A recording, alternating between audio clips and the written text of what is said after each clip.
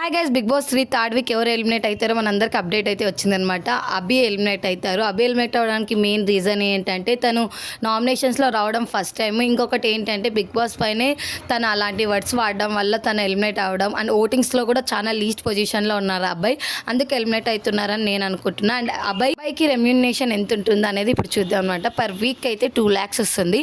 And per డేకి వచ్చేసి 28,571 వస్తుంది అనమాట అబ్బాయికి అయితే.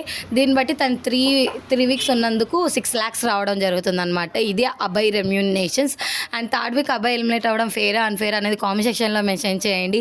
అండ్ ఇంకా ఎవరు ఎలిమినేట్ అయితే బిగ్ బాస్ అయితే ఇంకా ఇంట్రెస్ట్గా ఉంటుందని మీరు అనుకుంటున్నారో వాళ్ళని కామెంట్ సెక్షన్లో మెన్షన్ చేయండి. అండ్ ఇలాంటి వీడియోస్ కోసం మన ఛానల్ని సబ్స్క్రైబ్ చేసుకొని ఫాలో అవుతుండండి.